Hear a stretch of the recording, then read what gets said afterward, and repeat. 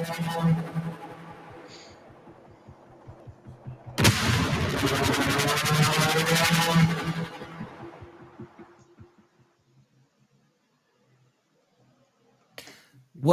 some fairly dramatic music, but actually showing quite a positive activity, and that is the dropping of food aid into Gaza. Now, to tell us more about the situation there, I'm joined by Daniel Shadmy. He's spokesperson at ELNET Israel.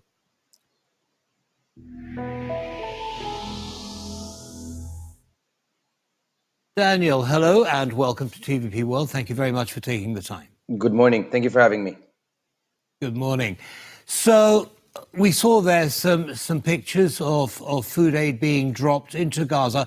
Can you give us an overview, please, of the aid situation in Gaza, both in the north and the south, and what the obstacles are to the free passage of aid? So the last numbers are just over the weekend, 205 trucks have entered the Gaza Strip. There are more on the way daily. They have been inspected by the IDF teams, and there are no limitations on the quantity, to my knowledge, of trucks to get in. According to some numbers, not all of the aid trucks have been collected by UN agencies within the Gaza Strip, and are being awaiting to being distributed. Okay, so they're coming in through the border with Israel or the border with Egypt? They're coming in Kerem Shalom, which is a passage with Israel, from Israel territory, and there was a new passage that was opened also from the north that was not opened before the war has erupted. And now there's also a new passage with coordination with European countries of a pier being built with US cooperation as well, with aid coming in by sea from Cyprus. Okay, so aid is coming in. What then is the reason for United Nations representatives warning of a famine in the north? The reasons and the way the UN has led their messaging since the beginning of the war is not much of a surprise for us. The UN has always had a very controversial line towards the situation here.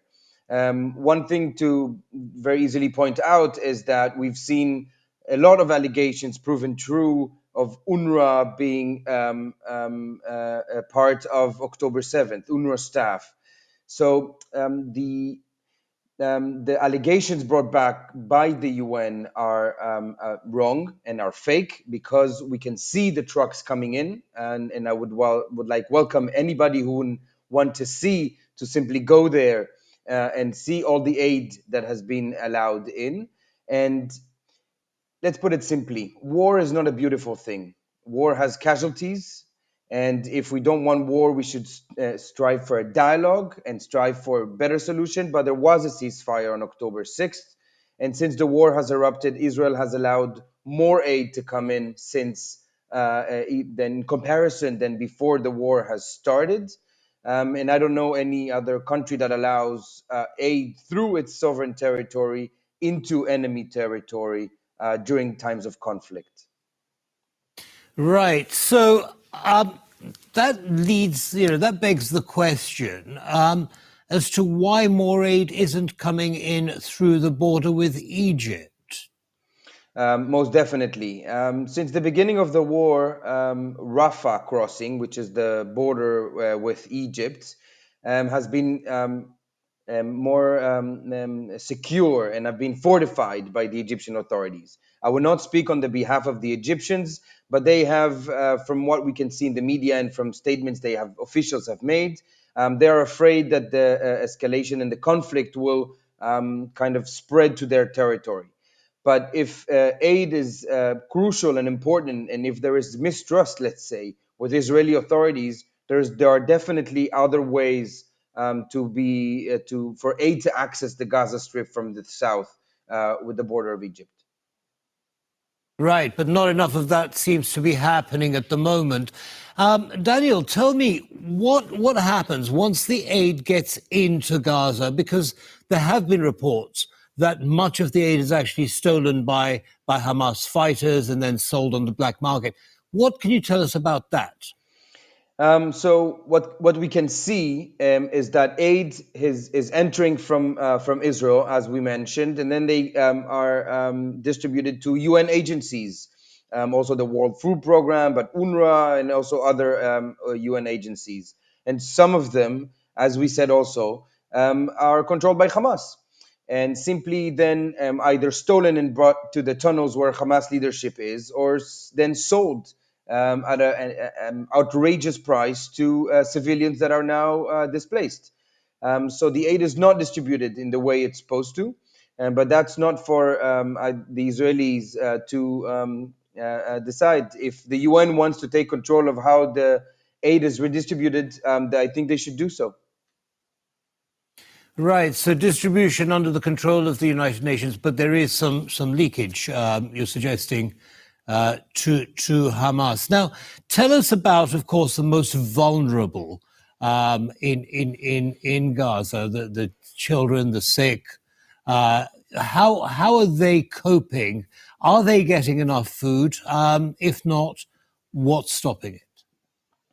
The most vulnerable right now are, according to reports, centered in Rafah, the place where in the south part of the Gaza Strip. And there's aid coming in on a daily basis. As I mentioned, hundreds of trucks a day. And they are now getting aid and receiving support by either UN agencies or even other organizations. The problem is that most of the hospitals, as we've seen in recent days, are controlled by Hamas and have been completely under the control of gunmen and terrorists. So the health situation where people need to go to medical care are being hijacked by people who care more about striving to power and unleashing violence than taking care of their own citizens. What about the